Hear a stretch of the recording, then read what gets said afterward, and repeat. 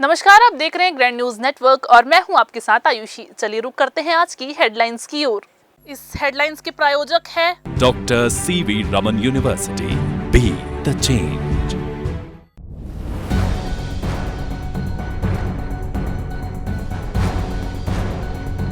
कोलकाता जाने वाली फ्लाइट में बम होने की अफवाह से मची अफरा तफरी।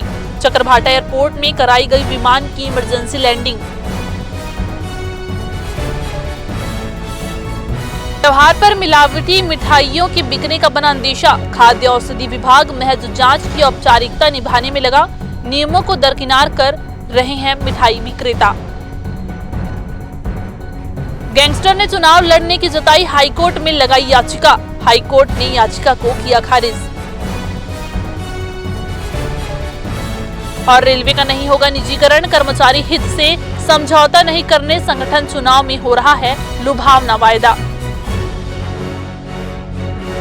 तो ये थी आज की तमाम हेडलाइंस। चलिए एक नजर डालते हैं आज की तमाम खबरों की ओर। बिलासपुर से एक बड़ी खबर आ रही है। जी हां, आपको बता दें कि बिलासपुर कोलकाता फ्लाइट को बम से उड़ाने की जानकारी सामने आ रही है। जी हां, आपको बता दें कि कोलकाता जाने वाली फ्लाइट की इमरजेंसी लैंडिंग कराई गई है। क्या कुछ जानकारी है, सीधे बात करते हैं। हमारे संवाददाता पुरुषोत्तम फोन लाइन पर जुड़ चुके हैं। पुरुषोत्तम जी, बताएं क्या कुछ जानकारी है, क्या कुछ हुआ है वहां पर? जी हाँ आयुषी मैम, चकरभाटा एयरपोर्ट से बिलासपुर से कोलकाता के लिए उड़ान भरने वाली फ़्लाइट में बम होने की जानकारी पुलिस को मिली थी, जिसके बाद पुलिस और जिला प्रशासन सहित बम स्क्वाड की टीम, इसके अलावा फायर ब्रिगेड की टीम भी मौके पर पहुंच गई, जहां पर यात्रियों से भरे फ्लाइट को में मौजूद यात्रियों को एक एक करके आनन फानन में फ़्लाइट से नीचे उतारा गया और सुरक्षित उतारा गया। जहां तक कि बम स्क्वाड और पुलिस की टीम ने फ़्लाइट का बारीकी से जांच भी किया। हालांकि बिलासपुर पुलिस अधीक्षक ने रंजन सिंह ने महज फ्लाइट में बम होने की सूचना को अफवाह बताया है। वहीं फ्लाइट की बारीकी से जांच के बाद यात्रियों को जांच के लिए सिम्स लाया गया है। पुलिस को अंदेशा है कि कहीं यात्रियों में कोई मानव बम तो नहीं, जिसके लिए यात्रियों की सुरक्षा के लिहाज से सभी यात्रियों को सिम्स में उनकी चेकअप कराई जा रही है और इसके आगे उचित कार्रवाई करने की बात भी कही गई है। तो ये राहत की बात है कि फ्लाइट में बम होने की अफवाह थी। जी हां, लेकिन एहतियातन हवाई जहाज को बिलासपुर एयरपोर्ट पर उतारा गया है और विमान को चेक किए जाने के बाद रवाना कर दिया गया है। पुरुषोत्तम फोन लाइन पर जुड़ने के लिए आपका धन्यवाद। कोनी स्थित गुरु घासीदास केंद्र विश्वविद्यालय में विद्यार्थियों के द्वारा गुरुवार को विरोध प्रदर्शन किया गया। विश्वविद्यालय परिसर में बड़े वाहनों की आवाजाही की वजह से यहां एक छात्र घायल हो गया था। इसके बाद विद्यार्थियों ने विश्वविद्यालय प्रबंधन से इस पर प्रतिबंध की मांग की थी। दरअसल बुधवार को गुरु घासीदास विश्वविद्यालय परिसर में चल रहे निर्माण कार्य के दौरान देखा जा रहा है कि बड़े और भारी वाहन विश्वविद्यालय शैक्षणिक समय के बीच आवाजाही कर रहे हैं, जिससे ये नियमों की अनदेखी भी है। वहीं इस लापरवाही की वजह से परीक्षा देने आए एक छात्र की जान ट्रक के नीचे आने से बाल बाल बच गई, लेकिन वह गंभीर रूप से घायल हो गया और उसे तुरंत अस्पताल में भर्ती कराया गया। इस दुखद घटना के बावजूद आज भी बिना किसी सुरक्षा नियमों का पालन किए भारी वाहन विश्वविद्यालय के व्यस्ततम समय में छात्रों की भारी भीड़ के बीच से गुजर रहे हैं। ये स्थिति छात्रों की सुरक्षा के लिए गंभीर खतरा भी उत्पन्न कर रही है और प्रशासन की उदासीनता इस समस्या को और भी जटिल बना रही है। इसके बाद विश्वविद्यालय के विद्यार्थियों ने अब विरोध प्रदर्शन करते हुए बड़े वाहनों को प्रतिबंधित करने की मांग रखी। उन्होंने कहा कि शैक्षणिक समय में इन वाहनों को परिसर में प्रवेश न दिया जाए, जिससे कोई बड़ी अनहोनी हो सकती है। ऐसे में विद्यार्थियों ने यूनिवर्सिटी प्रबंधन से इस दिशा में निष्पक्ष जांच और दोषियों के खिलाफ कड़ी कार्यवाही की मांग की है। अपने विभिन्न मांगों को लेकर छत्तीसगढ़ शिक्षक संघर्ष मोर्चा के द्वारा गुरुवार को प्रदर्शन किया गया।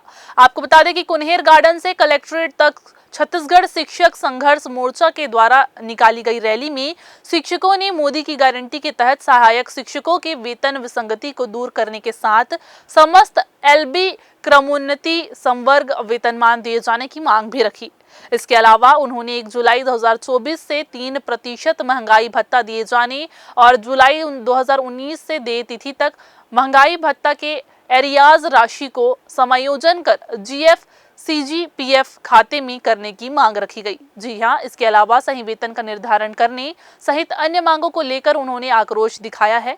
कलेक्ट्रेट पहुंचने के बाद यहां संघर्ष मोर्चा के द्वारा विरोध जताते हुए मुख्यमंत्री के नाम ज्ञापन सौंपा गया, जहां उन्होंने मांग रखी कि अगर उनकी मांगों पर गौर नहीं किया गया तो आगे मोर्चा उग्र आंदोलन करने अग्रसर होगा।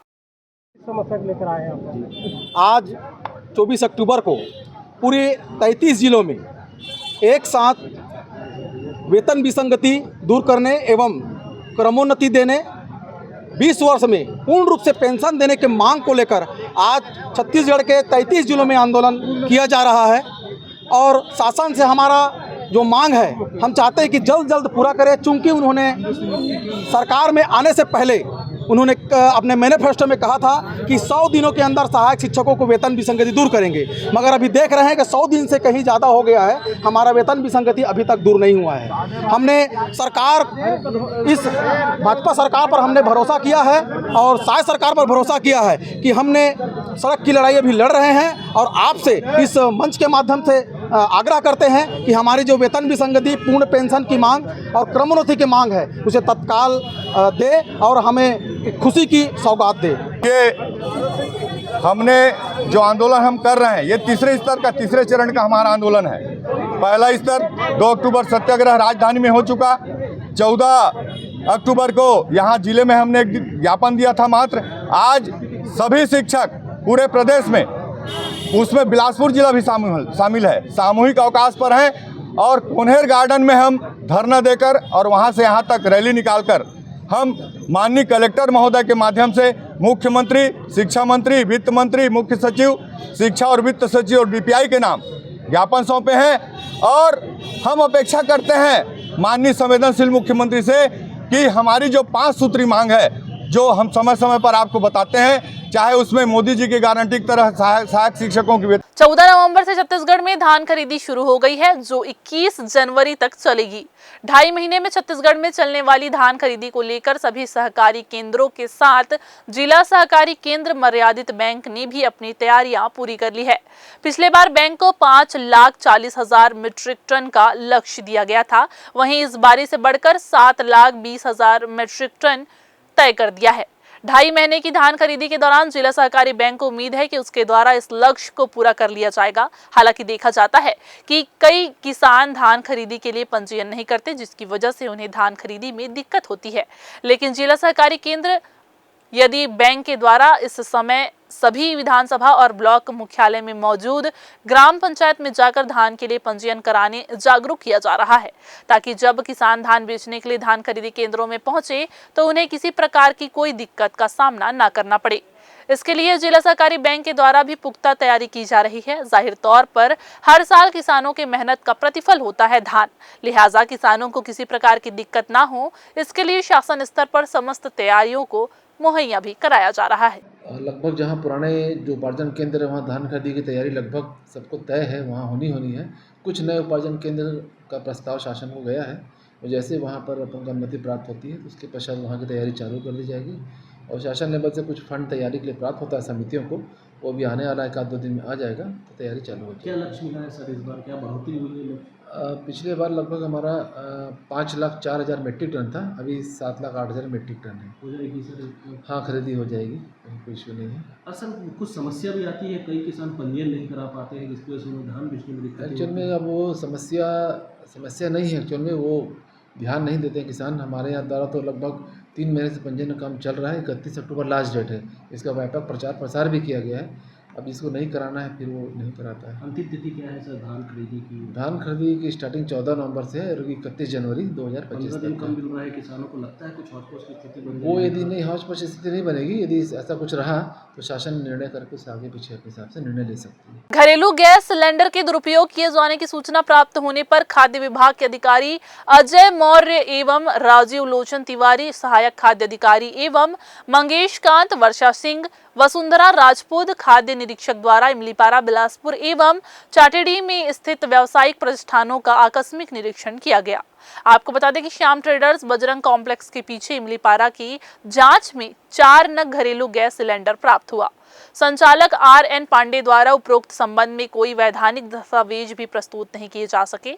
चाटेडी रामायण चौक के समीप स्थित बलदाऊ किचन केयर की जांच में कुल 7 नग घरेलू गैस सिलेंडर प्राप्त हुए, जिसमें से 3 नग भरा, 4 नग खाली घरेलू सिलेंडर उपलब्ध थे।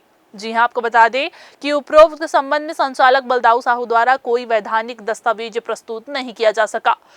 उपरोक्त अनुसार अवैध रूप से भंडारित घरेलू गैस सिलेंडरों के संबंध में व्यावसायिक प्रतिष्ठान के प्रोपराइटर के विरुद्ध आवश्यक वस्तु अधिनियम के तहत कार्यवाही करते हुए घरेलू गैस सिलेंडरों का जब्त किया गया है। आपको बता दें कि संबंधित व्यावसायिक प्रतिष्ठान के प्रोपराइटर के विरुद्ध प्रकरण पंजीबद्ध कर आवश्यक वस्तु अधिनियम 1955 के प्रावधानों के अनुसार आगे की कार्यवाही की जा रही है। फिलहाल वक्त हो चला है एक छोटा सा ब्रेक लेने का। ब्रेक के बाद जारी रहेंगी खबरें, आप बने रहिए ग्रैंड न्यूज के साथ।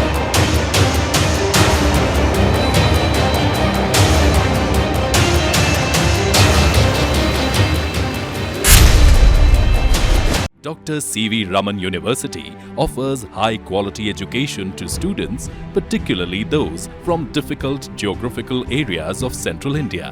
The flourishing 70-acre campus boasts of more than 120 state-of-the-art laboratories, smart classrooms, research centers, and a plethora of on-campus facilities that provide easy access. Dr. C.V. Raman University. Break के बाद आप सभी का स्वागत है। छत्तीसगढ़ के बिलासपुर जिले और शहर में त्योहारी सीजन चल रहा है। इस सीजन पर मिलावट वाली खाद्य सामग्री और मिठाइयों की जांच केवल खानापूर्ति बनकर रह जाती है। जिला प्रशासन के निर्देश पर खाद्य औषधि प्रशासन विभाग के अधिकारी हर साल की तरह इस बार भी कुछ दुकानों पर जांच करेंगी और सैंपल की रिपोर्ट का पता नहीं चल पाएगा। इसमें कमाल की बात तो यह है कि पूरे प्रदेश में और पूरे देश में 2020 में food safety standard authority of India की गाइडलाइन का मिष्ठान भंडार के संचालक गंभीरता से पालन करना है। जी हां, दुकानदार मिठाई कितने दिन तक इस्तेमाल कर सकते हैं ये तिथि लिखना होगा। आपको बता दें कि FSSAI आदेश में मिठाई विक्रेताओं को कहा गया है कि अब मिठाई खुले में नहीं बेची जाएगी, मिठाई पैक कर बेची जाएगी और उस पर मैन्युफैक्चरिंग व एक्सपायरी डेट दोनों लिखनी होंगी। लेकिन शहर के अधिकांश दुकानदार ऐसा नहीं करते हैं। इस आदेश का सख्ती से पालन जिसे करवाने की जिम्मेदारी उन प्रशासन के अधिकारियों को इस गाइडलाइन का पता ही नहीं है। ऐसी स्थिति में शहर के मिठाई संचालकों को छूट मिल सकती है। वहीं बिलासपुर के खाद्य और औषधि प्रशासन विभाग की निष्क्रियता भी नजर आ रही है, जो साल भर जांच के नाम पर केवल खानापूर्ति करते हैं। उतनी ज़्यादा हमारे पास वैरायटी नहीं है, लेकिन जितना हम बेचते हैं वो एकदम पुख्ता करके बेचते हैं जी। कितने सालों से लगभग संचालित? ये 1965 से है। हाँ, ये बहुत पुरानी संस्थान है, ये महेश स्वीट्स 1965 से है। और एक हमारी संस्थान एक और है सरकंडा में जी। और आप लोग का आशीर्वाद है कि ठीक ठाक चल रहा है सर जी। हाँ, मैं पाठक जी हूँ, रमेश पाठक नाम मेरा, और मैं यहाँ के मैनेजर हूँ और करीब 20 साल हो गए मेरे को यहाँ जी। कल कलेक्टर महोदय द्वारा समय सीमा की बैठक के दौरान खाद्य औषधि विभाग के अधिकारियों को खाद्य अपमिश्रण की जांच करने के लिए निर्देश दिया गया है। जिस तरह खाद्य एवं औषधि विभाग लंबे समय से वो एक्टिव ही नहीं रहता, उनके पास मामले नहीं आते, वो कार्रवाइयाँ भी स्लो करते, क्या इस बार कुछ कड़ाई से आप उसका नहीं? कल समय सीमा की बैठक में उसमें कड़ाई से निर्देश दिया गया है कि जो मिश्रित अपमिश्रण करके जो मिठाई या अन्य सामग्री तैयार कर विक्रय करते हैं उनको जांच करके प्रकरण तैयार किया जाए।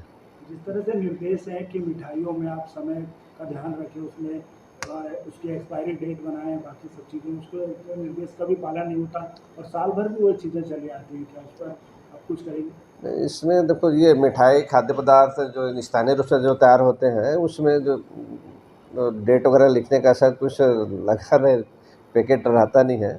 जो फैक्ट्री में जो खाद्य पदार्थ जो तैयार होते हैं डिब्बा बंद या पैकेट में बंद रहते हैं, उसमें निर्माण की तिथि और एक्सपायरी डेट उसमें लिखा रहता है। मतलब इस बार उम्मीद है सर छोटे होटलों को छोड़कर बड़े होटलों में भी जाएगी टीम? हाँ, निश्चित रूप से जाएगी। उनको निर्देश दिया गया है कि बड़े जो होटल है या मिठाई निर्माण करने वाले लोग हैं उनके भी इस संस्थानों की जांच किया जाए। आपको बता दें कि राज्य स्तरीय खेल प्रशिक्षण केंद्र बहतराई में हॉकी स्टेडियम में लगभग 10 लाख की लागत से गैलरी निर्माण और फ्लड लाइट का कार्य किया जा रहा है। कलेक्टर अवनीश शरण ने मौके पर कार्य का निरीक्षण किया और इस संबंध में आवश्यक निर्देश दिए। इस निर्माण के पूरा होने पर हॉकी और कबड्डी के अंतर्राष्ट्रीय स्तर की खेल प्रतियोगिताओं का आयोजन यहां किया जा सकेगा। कलेक्टर अवनीश शरण ने परिसर में बन रहे इंडोर कबड्डी हॉल और आउटडोर कबड्डी मैदान का भी निरीक्षण किया। उन्होंने लोक निर्माण विभाग के अधिकारियों को गुणवत्तापूर्ण निर्माण करने के निर्देश दिए। सर्व सुविधा युक्त इस गैलरी में 1200 बैठक क्षमता, खिलाड़ियों के लिए लॉन्ज, VIP लॉन्ज, मीडिया प्रसारण, प्रेस कॉन्फ्रेंस हॉल, ऑफिस की भी व्यवस्था करवाई है। इस निर्माण के पूरा होने से खिलाड़ियों को न केवल प्रशिक्षण की उत्कृष्ट सुविधा मिलेगी, साथ ही हॉकी के अंतर्राष्ट्रीय खेल आयोजन भी यहां हो सकेंगे। कबड्डी हॉल में मैपल फूड फ्लोरिंग युक्त 2 कोर्ट, 500 बैठक क्षमता की दीर्घा classroom, gym, physio room, office, VIP lounge की सुविधा रहेगी। निगम कमिश्नर अमित कुमार ने खामी मिलने पर सफाई ठेका कंपनी लॉयन सर्विसेज, कचरा कलेक्शन कंपनी राम की और एक सैनिटरी इंस्पेक्टर को नोटिस जारी किया है। आपको बता दें कि 24 घंटे के भीतर संतोषप्रद जवाब नहीं मिलने पर दोनों ठेका कंपनी के खिलाफ पेनल्टी समेत अन्य कार्यवाही की जाएगी। वहीं सैनिटरी इंस्पेक्टर को 1 दिन के वेतन काटने की चेतावनी दी गई है। निगम कमिश्नर के निरीक्षण में कुछ स्थानों पर घरों से निकलने वाले कचरे, चौराहे और गलियों पर मिले डोर टू डोर कलेक्शन वाली गाड़ियों के लेट पहुंचने की भी शिकायत मिली, जिस पर राम की कंपनी को नोटिस जारी करते हुए 24 घंटे में जवाब मांगा गया है। नोटिस के अनुबंध शर्तों के अनुसार 11,500 पेनल्टी और कचरों को निगम द्वारा उठाने और डिस्पोज करने पर लगने वाले खर्च का 150 गुना पेनल्टी पटाने के संबंध में जवाब मांगा गया है। जवाब नहीं मिलने पर पेनल्टी की कार्यवाही की जाएगी। इसी तरह सड़क के स्वीपिंग वेस्ट को सड़क किनारे और खाली प्लॉट में डाला जा रहा है, जिसके लिए मैकेनाइज्ड और manual sweeping company Lion Services को नोटिस जारी कर 1 लाख रुपए प्रतिदिन पेनल्टी के संबंध में जवाब मांगा गया है। देवकीनंदन चौक के पास 2 दुकानदारों द्वारा डस्टबिन नहीं रखने और कचरा रोड पर फेंकने के लिए भी उनको नोटिस दिया गया है। बिलासपुर से बड़ी खबर सामने आ रही है, जहां ड्यूटी के दौरान ट्रैफिक का जवान सुशील पांडे रिश्वत लेते हुए पकड़ा गया, जिसका वीडियो भी बहुत वायरल हो रहा है। सुशील पांडे चालान का डर दिखाकर ऑनलाइन यूपीआई के जरिए लोगों से पैसे वसूली करता था। ट्रैफिक के जवान की ये काली करतूत कैमरे में कैद हो गई, जहां सुशील पांडे देवकीनंदन चौक स्थित दुकानदारों के पेटीएम खातों में ऑनलाइन ट्रांजेक्शन करवाया करता था। मामले को संज्ञान में लेते हुए एसपी रजनेश सिंह ने जवान को तत्काल सस्पेंड कर दिया है। बिलासपुर में बढ़ रहे अपराध और अपराधियों पर लगाम कसने के लिए बिलासपुर पुलिस लगातार सरप्राइज चेकिंग कर रही है। इसी कड़ी में सरकंडा थाना प्रभारी तोप सिंह नवरंग और उसकी टीम सरकंडा थाना क्षेत्र के एक कोने में संदिग्ध जगहों और लोगों की चेकिंग करते नजर आए। सरकंडा पुलिस बाइक में सवार होकर गश्त कर थाना क्षेत्र के गली कूचे में जाकर पेट्रोलिंग कर रही है, साथ ही साथ साफ सफाई की समझाइश भी दे रही है। आपको बता दें कि किसी भी तरह की अवैध गतिविधियों में लिप्त लोगों को बिल्कुल भी नहीं बख्शा जाएगा, उस पर कड़ी से कड़ी कार्यवाही करने की बात भी कही गई है। जैसा कि आप लोग को विदित है कि पुलिस अधीक्षक महोदय के द्वारा निर्देशित किया गया है कि सभी जहाँ संदिग्ध व्यक्ति मिलते हैं उनको चेक करना है और सरप्राइज चेक करना है, ताकि कोई भी अप्रिय घटना न घटे और क्राइम पे हमारी नियंत्रण हो। किस तरह से किन किन जगहों पर चेकिंग करें खास करके? जैसा कि आप लोग देख रहे हैं कि हम लोग ने अपनी ट्रेंड बदल के बाइक पेट्रोलिंग में अपनी पूरी जवान को लेके गली कुची जहाँ पे भी हो अंदर घुस के पेट्रोलिंग किया जा रहा है, जिससे असामाजिक तत्वों को पर डर है कि कहीं पे भी पुलिस किसी समय भी आ जाती है। फिर से वक्त हो चला एक छोटा सा ब्रेक लेने का। ब्रेक के बाद जारी रहेंगी खबरें, आप बने रहिए ग्रैंड न्यूज के साथ।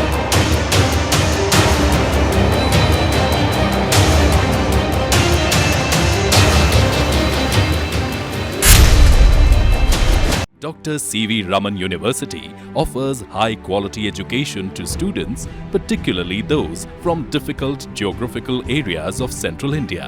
The flourishing 70-acre campus boasts of more than 120 state-of-the-art laboratories, smart classrooms, research centers, and a plethora of on-campus facilities that provide easy access. Dr. C.V. Raman University. Break के बाद आप सभी का एक बार फिर से स्वागत है। लॉरेंस विश्नोई गैंग के गैंगस्टर अमन साहू की याचिका छत्तीसगढ़ हाईकोर्ट ने खारिज कर दी है।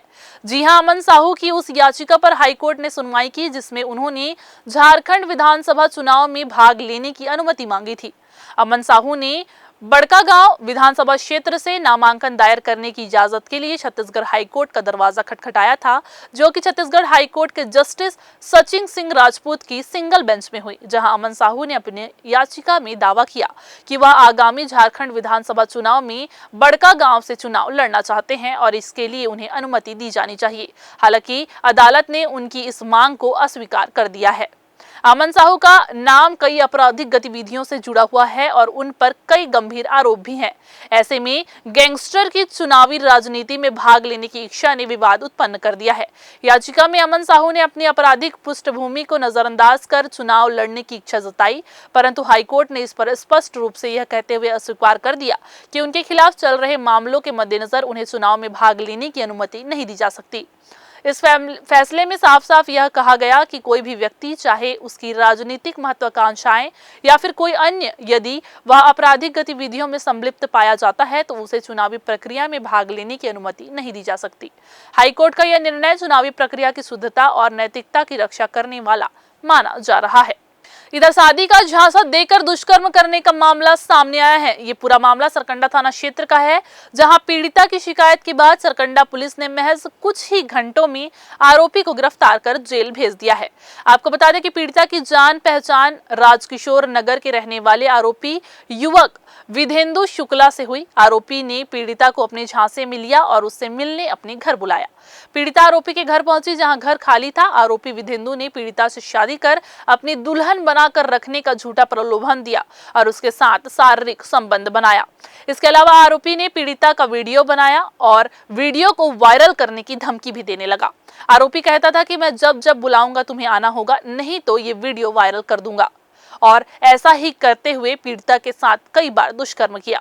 जब जब युवती शादी की बात कहती, आरोपी बातों को घुमा दिया करता था।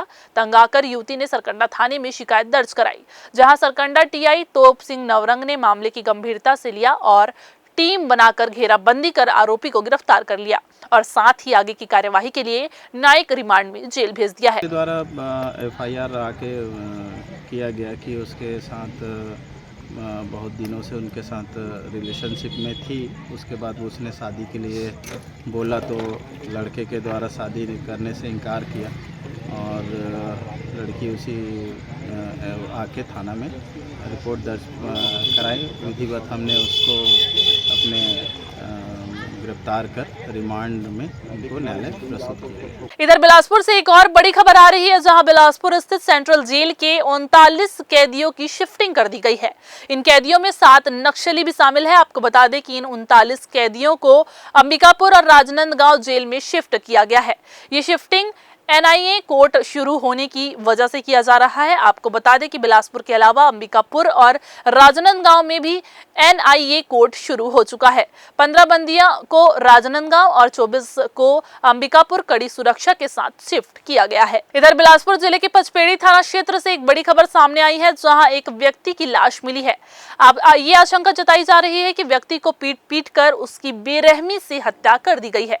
ये पूरा मामला पचपेड़ी थाना क्षेत्र के पताईडी गांव की है। मृतक का नाम बबलू जांगड़े बताया जा रहा है।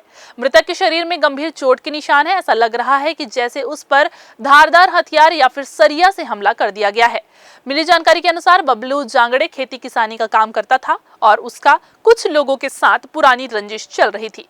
पुलिस को इसी पुरानी रंजिश को लेकर हत्या करने का शक हुआ। पुलिस ने मामले की जांच करना चालू कर दिया है और संदिग्धों को हिरासत में लेकर पूछताछ भी कर रही है। पचपेड़ी थाना क्षेत्र के पताईडी गांव में एक रिपोर्ट प्राप्त हुई, जिसमें कि दो पक्षों के बीच एक युवक है, दूसरी साइड में दो युवक हैं, जिनके बीच में शराब पी करके किसी बात पर झगड़ा हुआ, जिसमें मारपीट हुई है, जिसमें एक युवक जो था घायल था, उसको हॉस्पिटल ले जाते समय उसकी मृत्यु हो गई। प्रकरण में जो आरोपी गण है उसको पुलिस हिरासत में लेकर के पूछताछ की जा रही है और हत्या का अपराध पंजीबद्ध कर आगे विवेचना की जा रही है। छत्तीसगढ़ हाईकोर्ट के रजिस्ट्रार जनरल ने एक परिपत्र जारी कर आमजनों को एक बार फिर से चालबाजों से बचने, सावधान रहने को कहा है। जी हां, न्यायालयों या संबंधित कार्यालयों में नौकरी लगाने का झूठा आश्वासन देकर अवैध उगाही करने वाले सक्रिय हैं। फिर से वक्त हो चला एक छोटा सा ब्रेक लेने का। ब्रेक के बाद जारी रहेंगी खबरें। आप बने रहिए ग्रैंड न्यूज के साथ।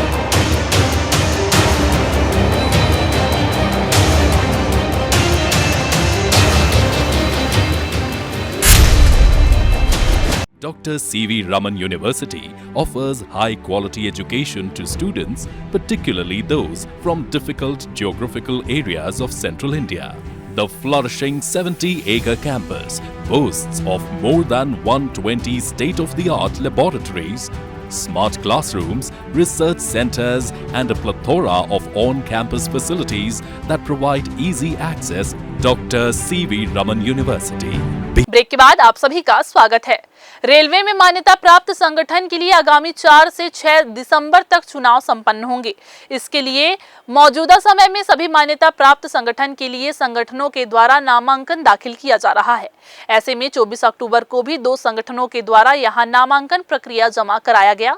जी हां, आपको बता दें कि मजदूर कांग्रेस और श्रमिकों के द्वारा ये नामांकन प्रक्रिया जमा कराई गई है। मुद्दे नए वेतन आयोग का है, मुद्दा लोगों की वर्किंग कंडीशंस का है, मुद्दा काम के घंटों का है, मुद्दा वैकेंसी भरने का है। इतने मुद्दे हैं कि जिनकी कोई कमी नहीं है। श्रमिक यूनियन हमारी पिछले 11 साल से यहाँ पर मान्यता में नहीं थी। हमें पूरी आशा है कि इस बार बहुत बड़ी ताकत के रूप में मान्यता लेकर के आएगी और हम आने वाले समय में जैसे पहले लोगों की सेवाएं दी हैं उससे ज़्यादा अच्छी सेवाएं कर पाएंगे। ड्रॉबैक आप लोग की ओर जा रहा है। आपने जो यूपीए स्कीम पर जो हस्ताक्षर किए उनको मुद्दा बनाया जा रहा है कि उनके द्वारा ये किया गया। आप चिंता मत करिए, यूपीएस के मुद्दे में हम स्टाफ साइड के सेक्रेटरी हैं, हम नेगोशिएशन करते हैं। हम ओपीएस में जितनी भी कमियां हैं आज की तारीख में, वैसे तो 2 ही हैं, एक 20 साल कराना है और एक 10% लाना है। हम दोनों लाएंगे और उससे बेहतर स्कीम कराएंगे। कर्मचारियों के बीच जा रहे हैं।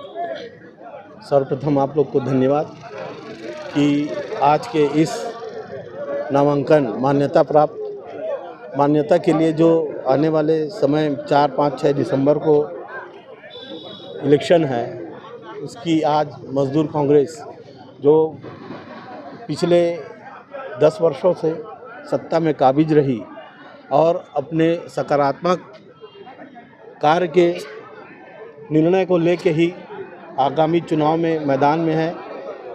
सबसे बड़ी बात आप लोगों को पहले मैं धन्यवाद देता हूं कि आप इस नामांकन रैली में हम लोग के सहभागी बने और आप देख रहे होंगे प्रत्यक्ष रूप से कि ये जो महा रैली हुई है ये अपने आप में ही एक परिणाम है कि मजदूर कांग्रेस का काम कितना अच्छा रहा है। सबसे पहली बात तो हमारा कोई नकारात्मक कार्य ही नहीं हुआ है। हमने सभी विभागों से संबंधित समस्याओं का निराकरण किया है विभिन्न पटलों में, जिसकी वजह से ही आज पहले से ज़्यादा तादाद में कर्मचारीगण मजदूर कांग्रेस से जुड़े हैं। और रही बात 5-5 संगठन, मैं जहाँ तक ये मेरी जानकारी है कि उसमें से 2-3 तो बरसाती मेंढक है जो अभी ही चुनाव के समय में ही बैनर पोस्टर के साथ नज़र आ रहे हैं। इसके पहले किसी भी कर्मचारी की समस्याओं में वो आगे नहीं आए हैं। क्या मुद्दे हैं आप लोगों के इस चुनाव में? हमारा तो सबसे बड़ा मुद्दा ओपीएस को लेके। बिलासपुर हाईकोर्ट ने ग्रैंड ग्रुप के चेयरमैन गुरुचरण सिंह होरा, डायरेक्टर तरणजीत होरा और गुरमीत सिंह भाटिया की अग्रिम जमानत स्वीकृत कर ली है। उन पर कुछ दिनों पूर्व Hathway CCN Multinet private limited company पर जाली दस्तावेजों के सहारे कब्जा करने की शिकायत दर्ज कराई गई थी। आपको बता दें कि हाईकोर्ट ने दोनों पक्षों की दलील सुनने के बाद इसे सिविल प्रवृत्ति का अपराध मानते हुए तीनों आवेदकों को अग्रिम जमानत प्रदान करने का आदेश दिया है। बिलासपुर निवासी अभिषेक अग्रवाल ने कुछ माह पूर्व ग्रैंड ग्रुप के चेयरमैन और 2 डायरेक्टरों के खिलाफ देवेंद्र नगर थाने में शिकायत की थी कि उन्होंने हैथवे सीसीएन प्राइवेट लिमिटेड में फर्जी तरीके से कब्जा कर इसका नाम बदलकर ग्रैंड अर्श कर दिया था। बचाव पक्ष के अधिवक्ता ने हाईकोर्ट में तीनों की अग्रिम जमानत के लिए आवेदन प्रस्तुत किया। मामले की सुनवाई के दौरान बचाव पक्ष ने इसे झूठी शिकायत करार देते हुए अपने तीनों मुवक्किल को अग्रिम जमानत देने का आग्रह किया। मुख्य न्यायाधीश रमेश सिन्हा दोनों पक्षों कर दलीलें सुनने के बाद ग्रैंड ग्रुप के चेयरमैन गुरुचरण सिंह होरा, डायरेक्टर तरणजीत होरा और गुरमीत सिंह भाटिया को कुछ शर्तों के साथ अग्रिम जमानत प्रदान कर दी। बिलासपुर के सिपत के नजदीक ग्राम लुत्रा में हुजूर बाबा सैयद इंसान अली शाह का सालाना चल रहा है। इस दौरान न सिर्फ छत्तीसगढ़ बल्कि देश के अलग अलग राज्यों से जायरीन श्रद्धालु यहां पहुंचकर अपना अकीदा पेश कर रहे हैं। प्रदेश भर में बेहतर काम करने वाली तंजीमों संस्थाओं का इंतजामिया कमेटी दरगाह लुत्रा शरीफ के पदाधिकारी, खादिम उर्स कमेटी और जिले के गणमान्य नागरिकों द्वारा सम्मान किया गया। इस मौके पर लगभग 50 से अधिक तंजीमों का चयन कर उन्हें निशाने लुथरा और सर्टिफिकेट देकर सम्मानित किया गया। इसके बाद रात 10 बजे लुथरा पंचायत में निर्मित वन विभाग के गार्डन में अंतर्राष्ट्रीय कव्वाल चांद अफलस कादरी का शानदार कव्वाली का कार्यक्रम संपन्न हुआ। इस दौरान बड़ी संख्या में मौजूद श्रद्धालुओं और श्रोताओं को अपने कलाम से कव्वाल ने झूमने पर मजबूर कर दिया। रात भर चले इस कार्यक्रम में श्रोता ऐसे मगन हुए कि कब सुबह हो गई ये किसी को पता ही नहीं चला। दुल्हा बना है ख्वाजा पिया जैसे कई मशहूर चांद कादरी के कलाम को यहाँ सुनने लोग बहुत बेताब थे।